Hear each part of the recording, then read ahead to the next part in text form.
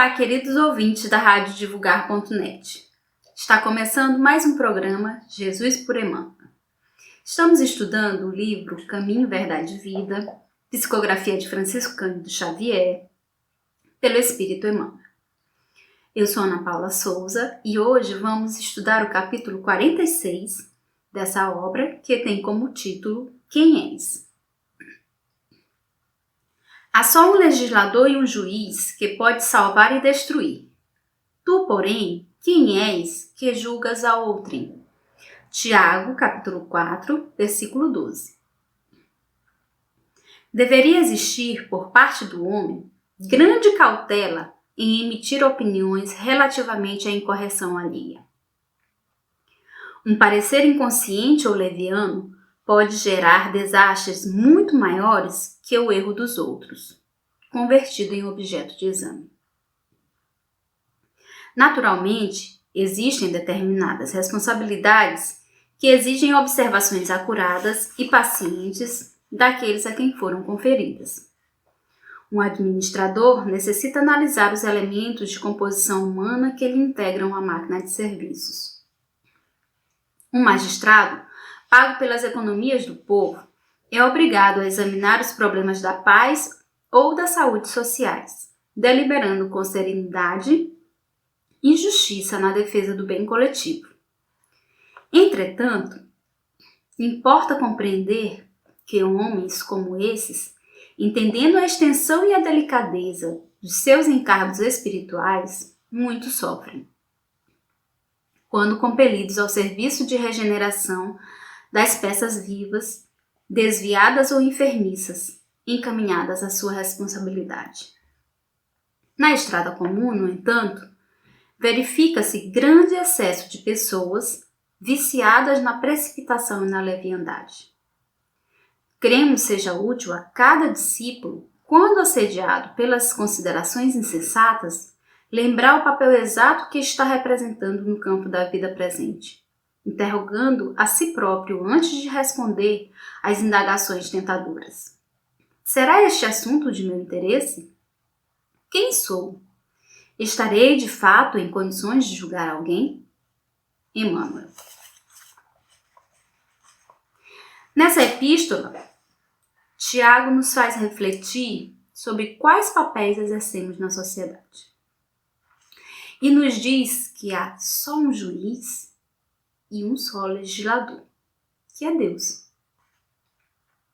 Então, vamos analisar um pouco a justiça divina e observar algumas de suas características para compararmos um pouco com o que nós fazemos, né, na nossa vida, no nosso cotidiano. Em primeiro lugar, Deus é onisciente, ou seja, Ele conhece as nossas falhas, porque cometemos os nossos erros e principalmente quais as consequências que terão em nossas vidas. Segundo lugar, Ele é justo e permite que esses erros eles sejam reparados através de ações, nos dá o livre-arbítrio, coloca em nossas consciências as suas leis divinas. E por essas leis, e pela lei de causa e efeito, nós somos responsáveis por todos os atos que cometemos, bons ou maus. Terceiro lugar, Ele é bom. Por Deus ser justo e bom, nos concede inúmeras oportunidades de repararmos nossos erros. Conhece as nossas dificuldades, conhece as nossas fraquezas espirituais e espera o tempo de cada um. E ainda nos dá a oportunidade de corrigir esses erros, essas falhas, através do amor. Como Cristo já dizia, né? Um ato de amor cobre uma multidão de pecados. E Emmanuel vem nos advertir que devemos ter cautela em emitir opiniões acerca do erro ou da falta cometida pelo outro. Não somos Deus.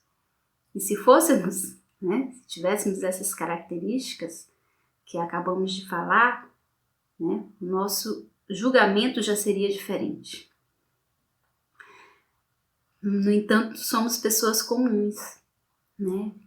E estamos cercados por um mundo onde existem pessoas que têm as mesmas ideias e as mesmas atitudes que nós. Por exemplo, vivemos num mundo onde a tecnologia pode ajudar a destruir ou ajudar pessoas, né? Dependendo de como é utilizada. Um exemplo são as redes sociais, onde se pode expor uma pessoa, se expor um ato que a pessoa cometeu, né? E muitas das vezes as pessoas divulgam certas notícias sem mesmo saber se é verdade ou não. E o fato de ser jogado em uma rede social já surgem 1000 opiniões acerca daquele assunto, né? Um deslize no instante surgem os juízes e já sentenciam aquela pessoa, né? Então, agora existe uma moda que é do cancelamento, onde a pessoa às vezes comete um pequeno erro, ou não, pode ser até um pouco maior, mas a moda agora é cancelar, né? Banir aquela pessoa, excluir aquela pessoa, sem mesmo dar a oportunidade de defesa, que é o que geralmente acontece quando pessoas que têm essas responsabilidades, como os magistrados, né, eles procedem, né? E Emmanuel vem nos dizer aqui que muitas dessas atitudes elas podem causar desastres maiores do que o próprio erro cometido. Imaginemos que uma pessoa foi exposta nas redes sociais ou em qualquer outro lugar por um crime que não cometeu. Alguém a confundiu com o verdadeiro autor, e isso pode trazer consequências muito grandes para aquela pessoa. Ela pode ser agredida fisicamente, verbalmente, além dos transtornos psicológicos que podem vir a desenvolver por conta dessas injustiças, né? E o texto vem justamente nos alertar para a grande questão: quem somos nós para julgarmos alguém, né? Por um acaso a nossa função é a função de um magistrado, né? Para examinarmos os problemas de ordem social, e mesmo que fôssemos um magistrado, deveríamos ter serenidade, justiça para julgarmos, né? Principalmente em detrimento do bem coletivo, né? Mas sendo imparcial. Por exemplo, em um julgamento, se não houver prova suficiente, mesmo que todas as evidências apontem para o réu, ele é inocentado. Isso porque a justiça, ela sabe o quanto pode ser prejudicial a uma pessoa inocente ser condenada. Então, o magistrado idôneo sabe o quanto é delicado estar nessa posição. Então, Emmanuel nos fala aqui que eles, inclusive, sofrem por saber, né? Imagine, ter um destino de uma pessoa dependente do seu julgamento, né? E por isso, procura ser o mais justo possível, analisando as provas para que não cometa um erro, ou para que seu julgamento não seja pessoal, de ordem pessoal. E aí a gente imagina o quão delicado é os encargos espirituais resultantes de julgamentos injustos. E muitas das vezes nós, enquanto sociedade, fazemos isso com o outro, com o nosso irmão. Aqui no texto ele fala que verifica-se um grande excesso de pessoas viciadas na precipitação e na leviandade. Então, devemos ter muito cuidado com esses nossos julgamentos e nossas opiniões. O Evangelho ele sempre nos pede que sejamos indulgentes com as faltas alheias, quaisquer que sejam elas. Há uma passagem no livro Pão Nosso, onde Emmanuel fala sobre pecado e pecador, e nos diz que se deve lutar contra o crime, mas amparar aquele que o cometeu. O Cristo sempre reconheceu o pecador como um doente infeliz, não esquecendo a sua natureza espiritual e divina. Deve-se condenar o ato, mas deve-se dar ferramentas e oportunidades para que a pessoa que o cometeu possa se regenerar. Isso é um papel também social. No entanto, o que se observa são pessoas que emitem as suas opiniões e julgamentos precipitados, levianos, sem levar em consideração que todos nós podemos cometer erros e que todos merecemos também misericórdia e oportunidades. Então quer dizer que eu não devo repreender, nem emitir minha opinião. E aí Kardec faz essa questão lá no Evangelho segundo o Espiritismo.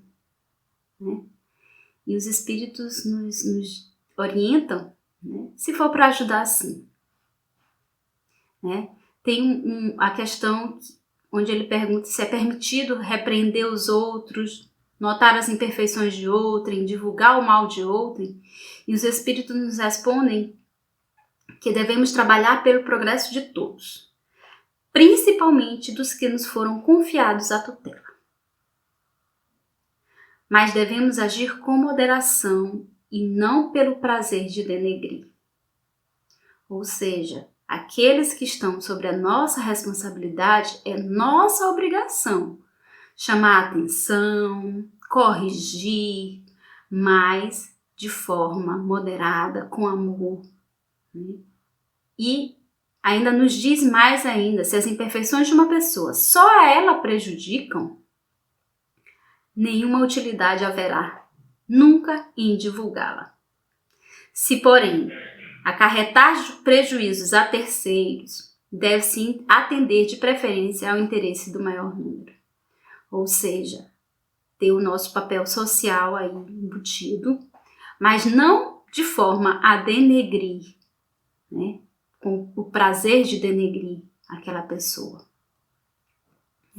E antes de fazermos qualquer consideração a respeito do próximo, Sócrates já nos dizia, tem uma história de Sócrates sobre as 3 peneiras, E ele dizia que devemos passar por 3 peneiras antes de divulgar uma notícia, de falar sobre alguém.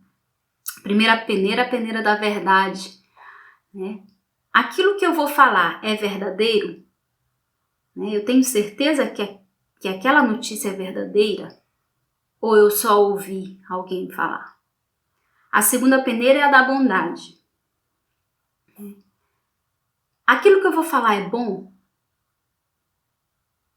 Se não for bom, então também não deve ser dito. E a terceira da utilidade. É útil? Vai fazer diferença? Eu falar isso vai mudar alguma coisa? É útil? Não. Se o que eu quero contar, se o que eu quero transmitir não é verdadeiro, não é bom, não é útil, então é melhor não falar.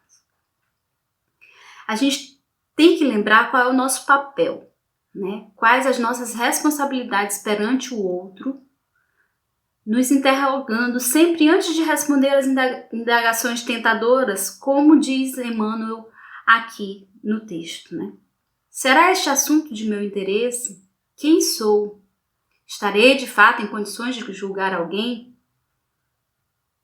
Então temos que analisar e avaliar, antes de tentar falar sobre alguém. O que eu vou falar vai ajudar ou vai prejudicar?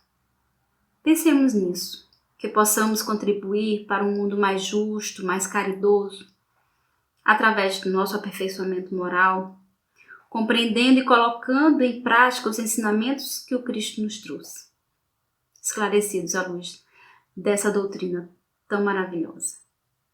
Essa foi a minha contribuição para o estudo da obra Caminho, Verdade e Vida.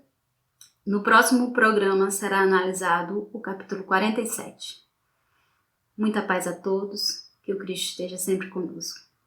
Até o próximo capítulo.